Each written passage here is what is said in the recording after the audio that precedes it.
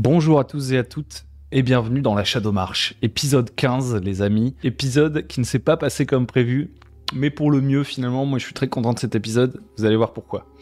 Si vous connaissez pas la Shadow March, il y a déjà 15 épisodes, c'est des récaps après partie d'une grande campagne bac à sable motorisée par Shadow Dark, vous pouvez aller voir tous les épisodes précédents pour mieux comprendre. Je pense que ça peut vous plaire. D'ailleurs, si vous découvrez et que ça vous plaît, que vous allez voir les premiers épisodes, n'hésitez pas à lâcher un petit pouce bleu, à vous abonner et à venir sur Tipeee si vous aimez ce qui se fait sur cette chaîne en général, parce que peut-être que vous connaissez la chaîne mais pas la Shadow March, je n'en sais rien.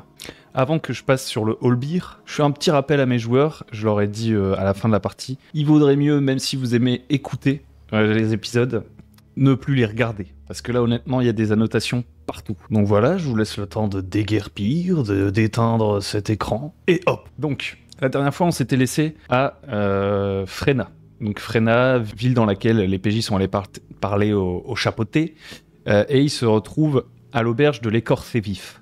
Pourquoi elle dit l'écorcé vif ? Parce que la propriétaire de cette auberge, c'est ma petite... comment s'appelle-t-elle déjà ? C'est ma petite Linette, qui accueille les PJ, et donc nos PJ arrivent. Alors, j'ai pas fait le tri des trucs. Ceux-là, ils sont pas là normalement. Lui, il est là. Bon, c'est le bazar. Il y a eu beaucoup d'interactions. Ils arrivent ici, ils commencent à faire boire des coups, se briefer les uns les autres parce qu'ils s'étaient séparés dans la session suivante pour se donner un peu leurs infos. Ils doivent toujours aller chercher Morane, qui est la fille du chapeauté dans la forêt, et c'était vraiment leur ambition à la fin de la session précédente. Et en fait, vous allez voir qu'ils ont passé énormément de temps dans la ville. Moi, je suis très content parce que j'avais prévu énormément de trucs bac à sable dans cette ville. Qu'est-ce qu'ils ont fait ? Ils ont discuté, comme ça, au bout d'un moment, ils se sont adressés à leur voisin, dont ils ne connaissaient pas encore le nom avant de lui avoir parlé, et ils découvrent que c'est Dalman. Et le mec d'à côté s'appelle Barik. Donc c'est deux artisans, mais Dalman c'est un peu plus qu'un artisan, c'est la personne que Giezeba Stromba, la femme du chapeauté, a demandé, en gros elle a demandé à ce que Dalman accompagne les PJ pour aller chercher sa fille, parce que c'est un hobgoblin de confiance, ils réalisent que c'est lui, ils lui font part de la chose, et Dalman, bon, qui les croit pas sur parole, dit « Bon, bah je vais aller vérifier auprès de ma maîtresse qu'elle m'a demandé de venir avec vous », et il s'en va. Ensuite il discute un petit peu avec Barik, qui est un nain honteux parce qu'il travaille le bois. Et c'est la honte chez les nains de travailler le bois, on travaille la pierre, le fer, mais pas le bois. Donc ils discutent aussi rapidement avec Barik, il leur parle de leur mission à venir, etc. Et Barik, ce qu'il leur propose, c'est si jamais ils vont dans la forêt, il leur propose d'aller chercher du bois vif issu des arbres sacrés, du bois que normalement les gens du coin ne coupent pas, parce qu'il y a des superstitions sur certaines zones de la forêt. Il leur dit, si vous m'en ramenez, je vous renvoie l'ascenseur, et je pourrais vous fabriquer un petit truc. Si vous m'en ramenez suffisamment pour que j'en ai pour moi, je pourrais vous fabriquer un truc de mon côté. Donc là, il y a Lifoué qui dit « C'est quoi un ascenseur ?» Et la Barik fait « Oh, vous savez, dans les Citenen, on fait des ascenseurs pour aller sous terre, etc. » Et il commence à le noyer avec une conversation de passionné, digne d'une conversation de rôliste, vous voyez, qui parle de trucs dont tout le monde se fout. Ils ont également, alors je reprends les notes de Lifoué. Merci Lifoué, ça m'aide tellement, surtout dans ce genre de partie. Ils ont également demandé un petit peu à Linette si elle savait des choses sur Morane. Donc Linette a dit oh, Morane, c'est une fille sympathique, c'est la fille du chapeauté, mais voilà, elle a toujours été un petit peu différente. D'ailleurs, elle s'est quand même mariée à Grash, quoi, un hobgoblin, c'est pas commun, en plein hiver, enfin, ils s'en foutent des conventions, ces deux-là. Et il lui demande est-ce que vous savez, parce qu'ils avaient vu sur un tableau, en passant dans le manoir Stromba, que le visage de Morane était brûlé sur la peinture. Et donc il demande est-ce que vous savez pourquoi son visage est brûlé à Morane ? Et elle dit ah honnêtement je sais pas trop. J'ai découvert ça, on a découvert ça à son retour, elle était partie étudier à Pagor, son père voulait qu'elle apprenne les lettres, qu'elle se cultive, etc. pour reprendre la charge de chapeauter peut-être un jour, vu qu'il a pas de fils d'ailleurs. Il a même pas d'autres enfants en fait, c'est une enfant unique. Et en fait, elle n'y est pas restée longtemps à Pagor, et c'est quand elle est revenue qu'elle avait le visage brûlé, c'est un peu un tabou, elle en a jamais parlé à personne, et le jour de son retour, elle s'est un peu disputée avec ses parents, elle en sait pas beaucoup plus. Également, lorsqu'ils sont arrivés, les PJ ont aperçu la silhouette une silhouette étrange, là, avec cette sorte de masque en forme de grand bec. Ils l'ont aperçue, ils ont voulu lui parler, mais elle était déjà remontée dans les escaliers, parce que moi, je m'amuse, alors qu'eux sont en train de parler, à faire vivre l'auberge, vous voyez, j'en suis à faire ces conneries-là. Tant que j'arrive à suivre, je le fais. Et donc je déplace des PNJ. Je la fais monter les escaliers. Et il y a elle qui vient la remplacer. Et ça, je trouve que c'est rigolo parce que du coup, il y a vraiment les PNJ qui font « Mais attendez, il y avait quelqu'un avec un masque étrange, là je voulais aller lui parler. » Et en fait, il a disparu, vous l'avez vu. Et depuis, c'est la petite vieille là qui l'a remplacé. Donc ils ont aperçu cette personne, ils ont envie de l'interroger. Mais occasion manquée. Tristam, lui, il me semble qu'au bout d'un moment, il voit deux personnes au fond. Il commence à avoir le réflexe de parler à tout le monde, les PJ, parce qu'ils savent qu'il y a toujours un truc. Mais ça va, il commence à vraiment se mettre en mode... Enfin, je dis, il commence à s'y mettre. Chaque joueur est différent à ce niveau-là, etc. Ils sont toujours curieux, mais en même temps, ils arrivent à se pondérer parce qu'ils savent qu'il y en a trop, en fait. Donc, il parle un peu avec tout le monde. Tristam, il va parler aux deux gens du fond pour voir un peu ce qu'ils font. Et il voit un mec qui a l'air complètement camé, parce qu'en fait, ils ont les deux du fond, ils ont les pupilles complètement dilatées. Il est avec une fille, une femme, sûrement une jeune femme, mais qui fait plus vieille que son âge, sûrement à cause de l'alcool, quelque chose comme ça. Il arrive, il commence à vouloir discuter avec eux. Le gars lui fait « Laisse-nous tranquille, on s'amuse ». Elle fait « Ouais, on s'amuse », elle rigole un peu bêtement. Et il dit « Bon, je vais pas pousser plus loin », il les laisse. Donc cette piste-là, ils vont pas l'explorer plus que ça. Finalement, ils vont décider de se séparer parce que là, en fait, c'est la fin d'après-midi. Comme c'est l'hiver, il fait déjà nuit. C'est la fin d'après-midi et donc ils se disent voilà, on a des courses à faire, on a des trucs à faire. Et c'est là le piège, c'est là où l'aspect bac à sable est poussé. Vous voyez, dans d'autres campagnes, acheter des trucs, je l'aurais ellipsé. Ça, c'est une petite différence, je dirais, du bac à sable. Ça veut pas dire qu'à chaque fois qu'on va voir un commerçant, on le joue, vous voyez. Mais moi, j'ai des tables de rumeurs et j'ai plein de petites sous-intrigues, de plein de trucs qui peuvent devenir l'intrigue principale en réalité. En fait, là, les PJ, ils se sont mis en tête qu'ils voulaient aller sauver la fille du baron, mais ils auraient pu refuser. Et dans ce cas-là, en fait, j'avais déjà d'autres trucs qu'ils auraient pu faire. Et ces trucs, ils vont bouger en leur absence. Donc en fait, s'ils visitent la ville, ils peuvent quand même voir toutes ces choses-là. C'est un peu ça le principe. Et donc, ils décident de splitter. Il me semble qu'ils demandent à Lynette, du coup, est-ce que vous avez vu les deux chasseurs qui sont revenus de la chasse avec Grash? Parce que je rappelle qu'en fait, il y a un mec qui s'appelle Grash. Il est parti dans la forêt. Il est jamais revenu. Du coup, sa femme, ni une ni deux, a décidé de le suivre. Et maintenant, les PJ doivent sauver les deux. Et en fait, la disparition de Grash, les gens de la ville l'ont appris parce que deux chasseurs qui étaient partis avec lui pour la chasse dans la forêt sont revenus blessés. Et donc il demande à Lynette, ils sont où ces deux blessés, etc. Lynette a dit, je crois qu'il y en a un qui est au sanctuaire de Gued, que vous trouverez en ville, et l'autre, il est dans l'auberge. Donc là, Aiglantin, il dit, bon moi, je vais aller au sanctuaire de Gued. Il dit à Grim, tu vas faire les courses. Donc Grim va faire les courses. Ils vont tous les deux au marché d'ailleurs, je pense, et c'est ensuite qu'ils se séparent, mais bref. Tristam, lui, il décide d'aller voir ce qui se passe à l'étage, parce qu'il a bien compris cette petite danse de ces deux personnages qui se relaient, en fait, cette vieille femme et l'autre qui a ce masque, se relaient pour aller au chevet du malade. C'est là que ça se complique pour vous relater le truc. À partir du moment où le groupe se sépare, en général, c'est plus difficile de se souvenir de l'ordre dans lequel les choses se font. Donc je vais essayer de me concentrer d'abord sur ce qui se passe dans l'auberge. Lifo et Tristam donc vont voir cette vieille dame et lui demandent ce qui se passe. Elle se présente sous le nom de Talia. Donc elle, c'est Talia. Il lui demande, est-ce que vous avez entendu parler des blessés, etc. Talia leur dit, oui, je suis c'est moi qui m'occupe du sanctuaire de Gued. Il y a un blessé qui est là-bas en convalescence et il y en a un autre à l'étage qui a un peu des problèmes. Et avec Méline, on essaie de s'en occuper. Donc Tristam, il décide de monter. Il décide de monter pour aller voir ce qui se passe. Et il croise Méline dans le couloir, qui lui dit vous ne pouvez pas entrer, il est peut-être contagieux, etc. À force de jet de charisme réussi, Tristam va réussir à la convaincre de passer. D'ailleurs, il va apprendre que Méline fait partie des mages gris. Donc les mages gris, c'est ceux qui utilisent cette magie ô combien dangereuse qu'on appelle la science. En fait, les mages gris, c'est vraiment des docteurs, pour le coup, qui n'utilisent pas la magie à proprement parler. Mais voilà, elle vient de Pagor. Les mages gris, il y en a beaucoup à Pagor. Et en fait, elle a décidé de venir à la campagne parce qu'elle est de la campagne à la base. Elle voulait pas rester vivre à Pagor. Elle avait besoin de retrouver le grand air. Et l'ironie, c'est qu'elle porte toujours cette sorte d'énorme masque en céramique, un peu en mode médecin de la peste. Et donc il lui dit, je dois vraiment aller voir, c'est pour une mission, il faut que je sache ce qui est arrivé à nos deux amis chasseurs. Donc elle finit par le laisser entrer. À ce moment-là, Tristam voit donc à l'intérieur de la chambre, une chambre bien fermée pour ne surtout pas laisser entrer les mauvais esprits. Et un homme qui est complètement recroquevillé sous sa couverture. Et qui dit « Laissez-moi, ne me regardez pas !» Donc Tristam, il insiste, il finit par avancer. Il dit « Pourquoi ne devrais-je pas vous regarder ?» Il fait « Si vous me voyez, vous allez me tuer. » Parce que Tristam s'est présenté comme un fier-routier. Et donc les fier-routiers sont connus pour chasser un peu les créatures de la région. Ça met la puce à l'oreille de Tristam directement quand le mec dit « Vous allez me tuer ». Donc là, t'as Tristam, il fait « Oui, je vais peut-être devoir te tuer. » Et là, Méline a fait « Non, vous ne tuerez pas mon patient, ce serait contre-productif. Vous comprenez, j'essaie de le soigner, de comprendre ce qui se passe et tout. » Tristam dit « Si je dois le faire, je le ferai. » Il y a une sorte de petite dispute comme ça. À un moment, Méline sort une arbalète et le garde en joue. Et donc Tristam fait quand même le tour du lit, arrive à convaincre l'homme de se montrer. Donc la scène dure assez longtemps avec une petite musique et tout, la tension était pas mal. D'ailleurs, je lis là dans les retours de la partie, Tristam qui dit dans les trucs qu'il a kiffé, c'est avoir peur de soulever un édredon. Donc c'était assez cool comme scène. Et en fait, l'homme se révèle et Tristam voit qu'il a l'œil injecté de sang noir en fait. Il sait pas beaucoup plus, il demande au gars qu'est-ce qui vous est arrivé, etc. Le gars dit je sais pas, j'ai été assommé, je sais plus ce qui s'est passé, laissez-moi tranquille. Et donc Tristam finalement finit par se congédier. Et ils vont finalement retourner vers Thalia.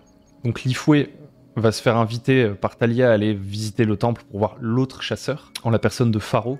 Le chasseur de l'auberge c'est Garma, et celui du sanctuaire c'est Pharo. Et donc Thalia lui dit « Ok, je vais vous emmener, d'accord ». Thalia, c'est une vieille femme, elle dit être la plus ancienne femme du village, de la plus longue lignée, etc. Elle est très superstitieuse. Elle dit que tout ce qui arrive, c'est parce qu'il y a eu un mariage en hiver, c'est parce qu'on allait chasser en hiver, c'est parce que les gens ne respectent plus les traditions, c'est un peu ce genre de personnage. Et donc Lifoué, lui, il va partir avec Thalia au sanctuaire, tandis que Tristam, lui, décide de reprendre l'enquête sur les deux filles qui ont disparu, à savoir Rosie et Béline, les filles de Loïs du village de Carnal, qui ont disparu avec Lucien et Rupert et qui ont été aperçues dans plusieurs auberges en train de se mettre des cuites. D'ailleurs, ils ont demandé à Linette si elle les avait vues. Et Linette leur a dit oui, je les ai vues, mais il n'y avait qu'une seule fille. Et ils étaient tellement sous, les trois, les deux garçons et la fille, que j'ai dû les mettre à la porte, quoi. Donc, pendant ce temps-là, Grim, lui, il est allé faire les courses. Et donc, il a acheté des cordes, il a acheté des rations, il a acheté finalement les choses qui allaient être nécessaires pour le voyage, auprès d'un homme qui travaille juste à côté du marché et qui fabrique des bateaux. Je vais ramener tous mes petits tokens là sur la ville. Lifoué, il est là, on est bon. On a Tristam, on a Églantin. Donc là, la temporalité, je sais plus trop, hein, honnêtement. Il passe tellement de choses en même temps. Églantin, lui, il est allé voir le sanctuaire de Gued, donc il est arrivé avant que Lifoué n'arrive, alors qu'ils étaient encore à l'auberge de l'Écorcé Vif. Elle parle comme ça, la propriétaire. Et quand il arrive au sanctuaire de Gued, il voit une statue représentant la déesse Gued sous sa forme humaine. Elle a plein de formes différentes, personne ne sait à quoi elle ressemble vu que c'est une divinité, qui est une jeune femme avec des cheveux en forme de feuilles, en fait, de feuillage. Et elle est en train d'enlacer une autre divinité qui est Sylphir, le dieu de la chance et des aventuriers, etc., qui lui a une petite moustache toute bobinée, là, toute, je sais pas comment on dit, et avec à la place de ses yeux 2 pièces d'or. Donc il voit cette magnifique statue devant l'entrée, et il va à la porte, il utilise le petit heurtoir, il fait toc toc, est-ce qu'il y a quelqu'un? Et il y a personne forcément, puisque à ce moment-là, Lifoué était avec Tiana. Donc finalement, Lifoué rejoint Églantin avec Tiana, ils entrent à l'intérieur du truc. Et Églantin, oui, il y avait ça aussi. Églantin, il voulait acheter des potions à la femme du sanctuaire de Gued. C'est pour ça qu'en fait, il est allé en premier au sanctuaire de Gued, sans savoir qu'en fait, la femme qu'il cherchait était déjà à l'auberge. Donc il se rend au sanctuaire de Gued, et il va acheter des potions, donc que je vous dise pas de bêtises. Pour 250 pièces d'or, il va acheter 4 potions. Donc il y a une potion de eye popping. Ce que ça fait, c'est que si on la boit, les yeux sortent des orbites et volent à côté de la tête de la personne pendant 1 heure, et il peut les déplacer indépendamment de son corps, et au bout d'1 heure, les 2 yeux reviennent dans les orbites, sauf si quelqu'un les a attrapés. Donc ça peut être très utile, si on est un peu créatif. Et ensuite, il y a une potion, grosso modo, que Tiana appelle son grog, qu'elle donne aux braves gens qui vont dans la forêt, et qui, en gros, je leur ai dit que s'ils le boivent lors d'une nuit froide, etc., où normalement ils auraient pu avoir des difficultés, ne pas réussir à récupérer de la vie, ne pas réussir à récupérer leur sort, etc., ils auraient dû faire des jets de constitution.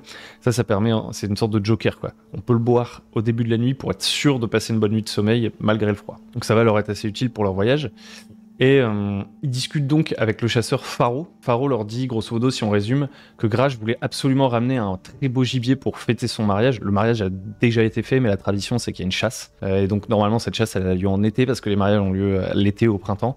Donc là, chasse en hiver, c'est pas du tout traditionnel. Donc ils sont partis avec une douzaine d'hommes pour chasser. Et ils se sont rapidement fait attaquer par des grognes, ce qui les a déjà affaiblis. Il y a eu des morts, etc. Mais Grach ne voulait absolument pas faire demi-tour, et il espérait même en fait aller dans les terres des elfes. Donc je vous montre vite fait, c'est là où la carte, vous allez voir tout de suite. Ah, là mon Olbir il commence commence à galérer parce que j'ai chargé. En fait, j'ai tellement préparé le bac à sable qu'il y a 1 milliard de cartes.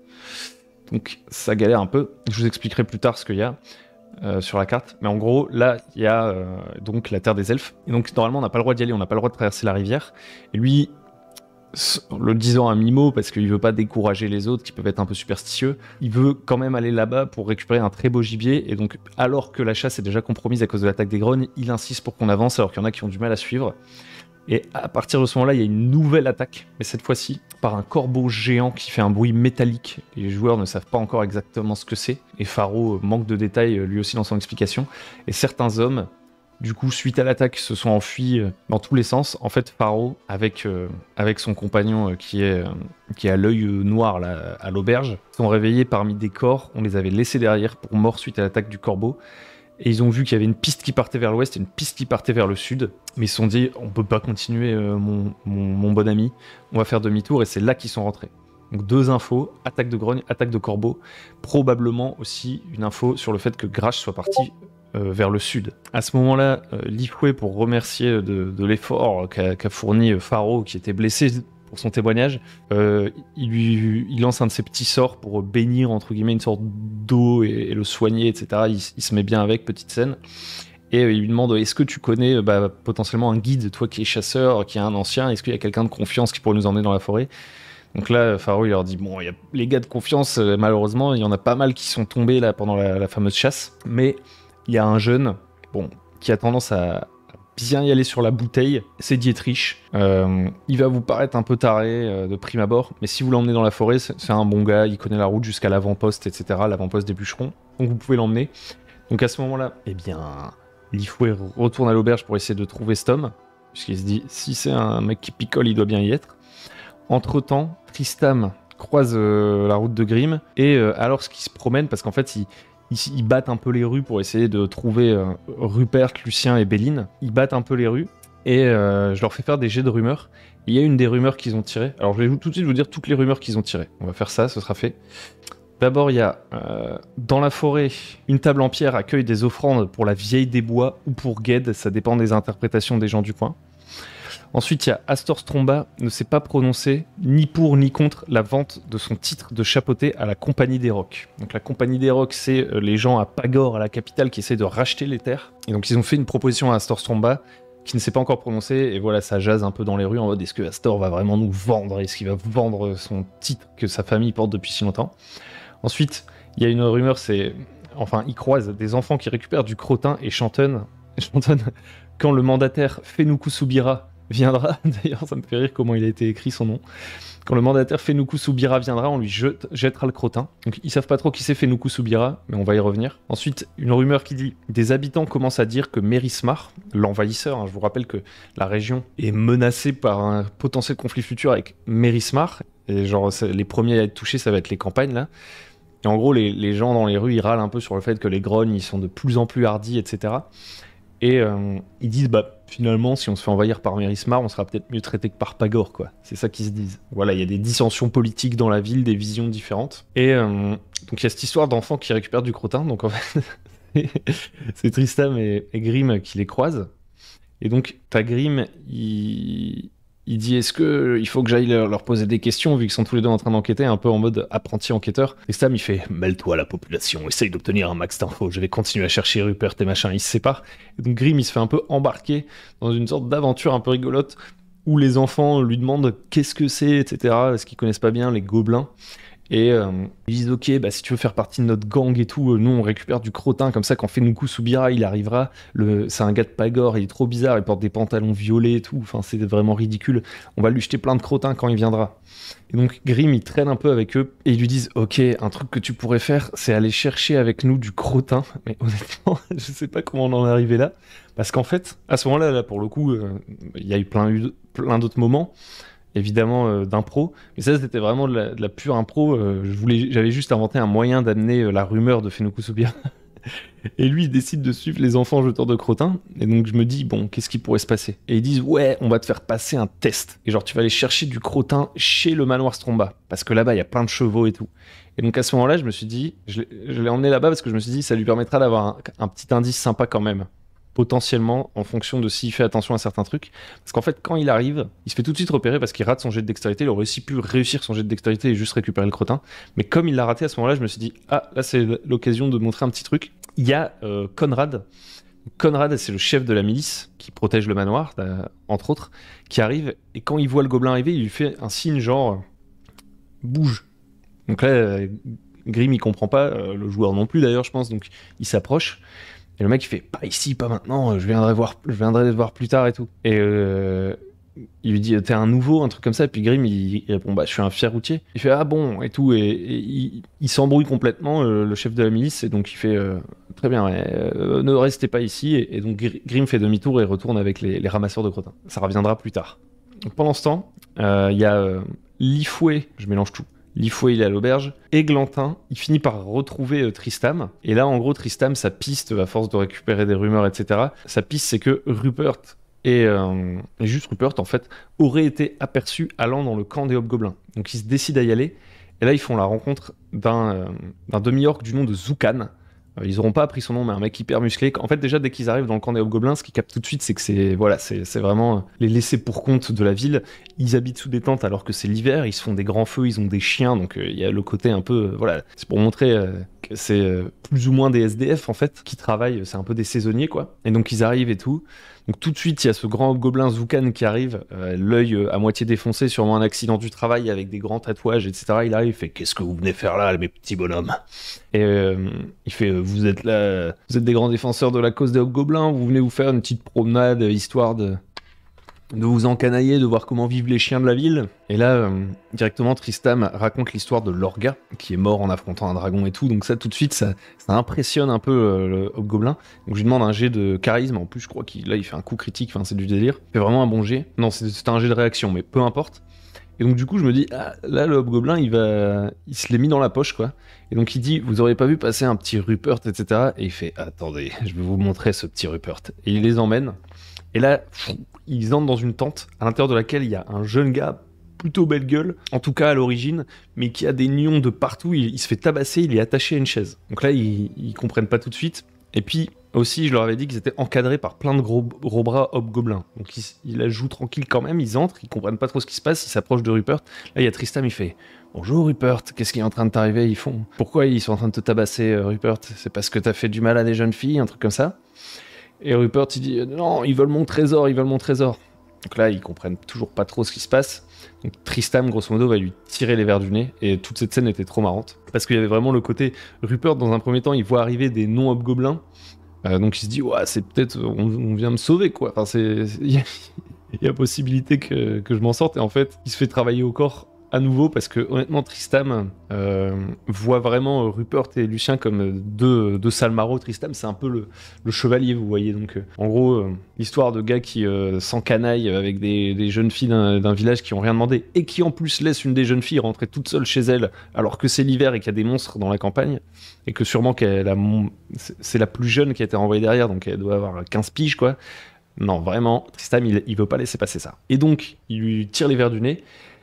Donc Rupert va leur raconter tout ce qui s'est passé. En échange de quoi, il dit il faut que vous arriviez à me faire sortir d'ici, ce que Tristam plus ou moins lui promet, mais il va tout lui faire sortir.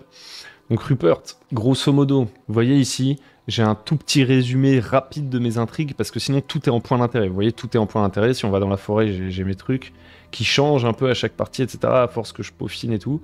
Par exemple, à la ville, il y avait pas mal de trucs, mais c'est pas forcément le plus idéal. Là, pour comprendre la logique des choses, et donc je me fais aussi des petits résumés d'intrigues sur une page, genre vraiment en bullet point, des événements passés en fait, pour comprendre comment on en est arrivé là assez rapidement.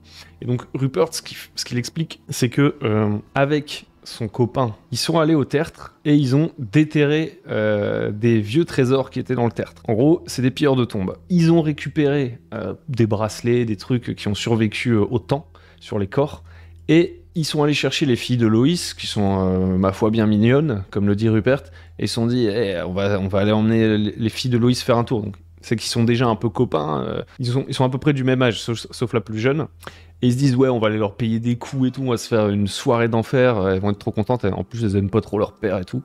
Donc, ils les embarquent, Et en fait, ça tourne un peu, ça enchaîne les tavernes et tout. Donc la plus jeune, elle commence à dire non, moi je crois que je vais rentrer, je suis pas très bien et tout. Et donc ils l'ont laissé repartir toute seule, effectivement. Ensuite, ils sont arrivés à 3 à Fréna. Là, ils se sont encore bourré la gueule. Et suite à tout ça, il y avait un truc qu'ils avaient récupéré en fait dans le tertre. C'est une sorte de vieux bouquin. Il le décrit. Rupert le décrit comme un bouquin où en fait quand on l'ouvre on comprend pas ce qui est écrit dedans mais on se sent l'envie de le lire à voix haute alors qu'on sait même pas lire la langue que c'est. Vous voyez le genre de bouquin là. Et donc il dit moi j'avais vraiment pas envie de faire ça, en plus on avait déjà plein de pognon, on aurait pu continuer à boire des coups et s'amuser. Donc quand Lucien et Béline, tout excités d'aller faire cette sorte de petit rituel dans la forêt, sont partis, moi j'ai décidé de rester. Donc ce qu'apprennent les PJ, c'est donc que Lucien et Béline sont sûrement partis invoquer ou faire un truc machiavélique dans la forêt avec le bouquin. Rupert, lui, il est resté, et ce qu'il explique, c'est qu'ils ont, pour que les hobgoblins les laissent partir, il explique que leur trésor, ils l'ont enterré sous un chêne à l'extérieur de la ville, et donc c'est pour ça qu'en fait, ils se faisaient tabasser, quoi. Au moment de repartir, Rupert se fait encore un peu bully par les demi-orques, et Tristam et Glantin remarquent que les demi-orques disent un petit truc à Rupert, ils font « Bon, maintenant que tu nous as dit où t'avais trouvé ton pognon, hein, tu t'es enrichi bien vite, Rupert. On va te laisser repartir, y a pas de problème. On va partir bon copain, et tu vas même pouvoir venir récupérer la petite marchandise que t'étais venu chercher, parce que on n'est pas des arnaqueurs. » Et il lui met un petit truc dans la poche. Les joueurs ressortent, il y a une sorte de dispute sur ce qu'il faut faire de Rupert, je sais plus trop, qui se termine, je vais essayer d'accélérer un peu, je sais plus comment on en arrive là, mais bon, franchement, la scène de roleplay était vraiment cool, où ils se disent, ouais, t'aurais pas dû faire ça un peu bon flic, mauvais flic, qu'est-ce qu'il faut faire et tout. Tristam, il dit, en gros, ah oui, c'est ça, Tristam, en fait, il veut emmener Rupert avec eux, et il lui dit, Rupert, tu vas faire ta marche de la rédemption avec nous, mon grand. T'es jeune, t'as le droit de faire des erreurs, mais tu vas venir avec nous dans la forêt. Et Eglantin, pour le forcer, il utilise son sort charme personne, il le réussit, et genre, je crois qu'il l'ensorcelle pour 6 jours. Et donc là, Tristam, il lui fait « Mais qu'est-ce que tu fous? Moi, je voulais qu'il fasse la rédemption, je voulais qu'il vienne de sa propre volonté. » Et puis là, Eglantin, il fait « Oh, mais c'est comme de l'huile, c'est pour faciliter un peu les choses. » Enfin, vraiment, c'était excellent. Et donc, ils repartent tous les deux avec Rupert vers l'auberge de l'écorcé vif. Quand on commence à arriver vers la fin de la séance, il s'est passé tellement de trucs. Qu'est-ce qui s'est passé? Je passe rapidement sur le fait que Lifoué a donc recruté Dietrich. Et donc, à terme, ça fait qu'ils vont avoir dans leur petite équipée Dietrich, un gars complètement bourré mais qui leur dit qu'il connaît la forêt. Rupert, qui a, je crois, ils l'ont remarqué, les pupilles dilatées aussi, Rupert, donc il prend aussi apparemment des trucs, il y a un trafic. Et il y aura Dalman, quoi. Ils vont partir nombreux. Qu'est-ce qui s'est passé encore? Oui, il s'est passé que Grim, alors qu'il est complètement séparé du groupe et qu'il est encore en train de faire les trucs avec le crottin, là, il décide, la nuit venue, avant de retourner auprès du groupe, d'espionner, en fait, la milice, de voir ce qui se passe en fait. Et à un moment donné, il voit sortir Conrad, chef de la milice, il le suit dans la nuit, jusque dans le camp hobgoblin. Là, Conrad récupère dans un petit sachet quelque chose, sûrement de la drogue, et les PJ commencent à capter un peu. Et puis ensuite, ils repartent, Conrad, etc., avec tous les hobgoblins, vers l'extérieur de la ville, on leur ouvre les portes, et ils vont creuser sous le chêne pour récupérer le trésor de Rupert. Grim va les suivre.